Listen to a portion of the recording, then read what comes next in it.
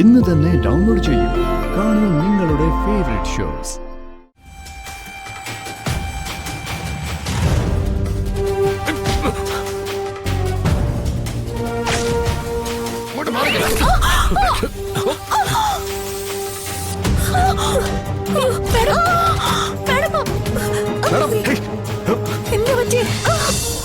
അപ്പൊ ഞാൻ പറഞ്ഞു വന്ന എന്താണെന്ന് വെച്ചാ, ഈ തന്റെ ഇടത്തിന് മുന്നിൽ ഒരല്പം ബഹുമാനം ഉണ്ടായതിന്റെ പേര് ഞാൻ പറയുക. ഇത് പുറമ്പോക്ക് ഭൂമിയല്ല.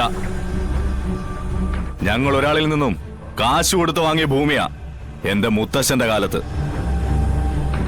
അവരെങ്ങനെ അത് സ്വന്തമാക്കിയെന്നത് അത് നമ്മക്കറിയേണ്ട കാര്യമില്ല. എന്തായാലും ഞങ്ങൾ വാങ്ങിയവരുടെ മക്കൾ അവരിപ്പോഴും ജീവിച്ചിരിപ്പുണ്ട്.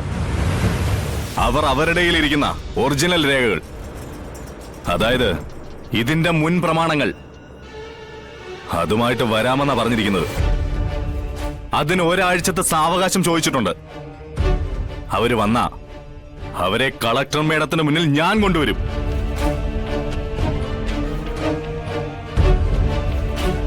അതുവരെ ഇവിടെ ഈ പരുത്തിക്കുന്നിൽ യാതൊരുവിധ ജപ്തി നടപടി ഉണ്ടാകാൻ പോകുന്നില്ല.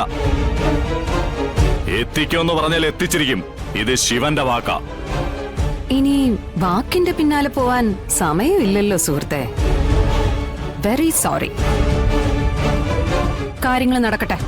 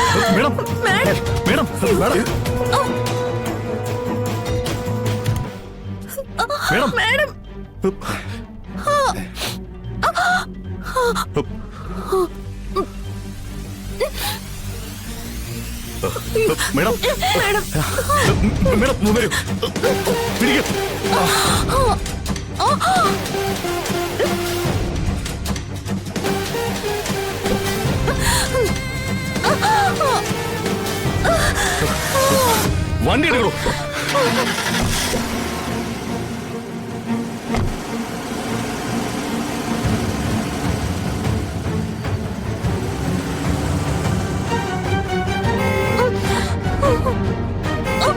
വണ്ടി എളുപ്പം ഇവിടെ. കുഴപ്പമൊന്നുമില്ല.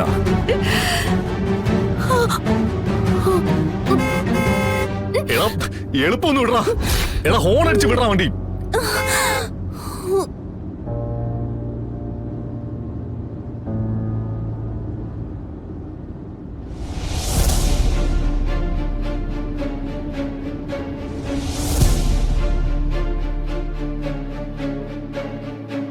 എല്ലാം ഭംഗിയായി കഴിഞ്ഞോടാ?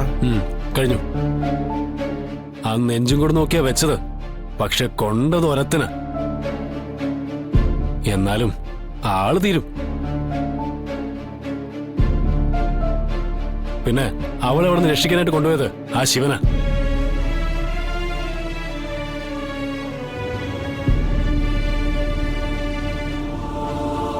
കൊലയാളി തന്നെ രക്ഷകനായിട്ട് മാറിയെന്ന് നമ്മൾ ചാനലുകാരെ കൊണ്ട് പറയിപ്പിക്കുകയും ചെയ്യും.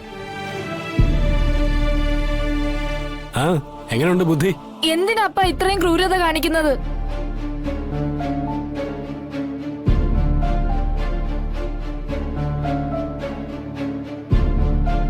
മഹേന്ദ്രൻ എന്നോട് കാണിച്ച ക്രൂരതകൾക്കൊക്കെ പകരം വയ്ക്കാൻ ഇതൊന്നും മതിയാകില്ല മോനെ. എന്നാലും അപ്പനെ എങ്ങനെയൊന്നും കാണാൻ എനിക്ക് വയ്യ. പകയും വിദ്വേഷവും ചതിയും. എനിക്കിപ്പോ അപ്പന്റെ മുന്നിൽ നിൽക്കാൻ തന്നെ പേടിയാ. എന്റെ പൊന്നുമോളെ, അപ്പൻ തീ കുരുത്തു പോയില്ലേ? അപ്പൊ ആ ഗുണം കാണിക്കാതിരിക്കാൻ പറ്റില്ലല്ലോ. ആ മോൾ അകത്തോട്ട് ചെന്നേ, ക്രിസ്തുദേവന്റെ മുന്നിൽ വേദപുസ്തകം ഇരിപ്പുണ്ട്. അതെടുത്ത് വെച്ച് 1-2 ആവർത്തി അങ്ങ് മനസ്സിരുത്തി വായിക്ക്. ഉള്ളിലെ ഈ നെരിപ്പോടൊക്കെ അങ്ങ് കെട്ടടങ്ങും. ആ അപ്പനതൊന്നും വായിച്ചാൽ ഏക്കില്ല. ഇനി ഒരൊറ്റ വഴിയേ പറ്റൂ. കേട്ടിട്ടില്ലേ, കല്ലും മുള്ളും ചവിട്ടിയേ മല കയറാൻ പറ്റൂ. എങ്കിലേ അയ്യപ്പന്റെ അനുഗ്രഹം കിട്ടൂ. അതുപോലെ തന്നെയാ യോഹന്നാൻ ഇതും. എന്റെ പൊന്നുമോള് ഇതിലൊന്നും ഇടപെടണ്ട.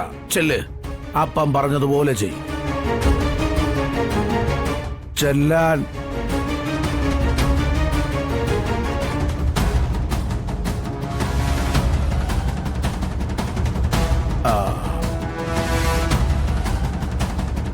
പിന്നെ നിന്നെ ആരും കണ്ടില്ലല്ലോടാ?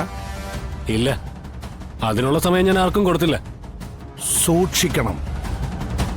നമ്മുടെ ഓരോ ചലനങ്ങൾ പോലും സൂക്ഷ്മതയോടെ ശ്രദ്ധിക്കാൻ ഇനി ആളുണ്ടാവും. അപ്പോ ഇത് ശിവന്റെ തലയിലേക്കല്ലേ നമ്മൾ വെച്ചുകൊടുക്കാൻ പോകുന്നത്? അപ്പോ അന്വേഷണം മുഴുവൻ അവന്റെ പിന്നാലെ പോകും. കാരണം അവൻ കാരണമാണ് ജില്ലാ കളക്ടർക്ക് വെടിയേറ്റിരിക്കുന്നത്. ഹ്, അവന്റെ ആളുകളാണ് വെടിവെച്ചെന്ന് നമ്മൾ പറഞ്ഞുണ്ടാക്കും. ഒരിക്കൽ നമ്മൾ ഒറ്റിക്കൊടുത്ത വഴിയിലൂടെ ജയിൽ ശിക്ഷ അനുഭവിച്ചവന് വീണ്ടും നമ്മൾ തന്നെ ജയിലിൽ കയറാനുള്ള അസുലഭ നിമിഷം നമ്മൾ ഉണ്ടാക്കി കൊടുത്തിരിക്കുകയാണ്. അതിനാണ് ശരിക്കും അവൻ നിന്നോട് നന്ദി പറയേണ്ടത്. കുറ്റം ചെയ്യുന്നതിനേക്കാൾ റിസ്ക് ആണ് മറ്റൊരുത്തന്റെ തലയിൽ കുറ്റം അടിച്ചേൽപ്പിക്കുന്നത്.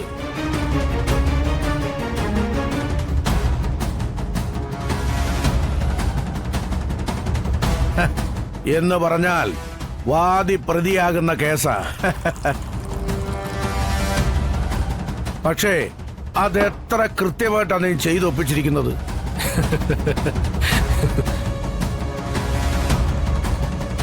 അതുകൊണ്ടല്ലേ അന്നവൻ ജയിൽ ശിക്ഷ അനുഭവിക്കേണ്ടി വന്നത്. അതുപോലെ തന്നെ ഇതും. അവനെതിരെ തെളിവുകൾ ഉണ്ടാക്കി പോലീസിന് ഇട്ടുകൊടുക്കണം. അവര് തമ്മിൽ അടിക്കട്ടെ. കളക്ടറും മാണിക്കോത്തുകാരും തമ്മിലുള്ള അടിയിൽ ആരെങ്കിലുമൊക്കെ ചത്ത് മലച്ച് വീഴുമ്പോ ഒരു റീത്തുമായി പോകുന്ന ചടങ്ങേ നമ്മുടെ ഭാഗത്തുനിന്ന് ഇനി ചെയ്യാനുള്ളൂ. അതിന് ആര് ആദ്യം വേണമെന്നുള്ള ചിന്തേ ഇപ്പൊ ബാക്കിയാകുന്നുള്ളൂ.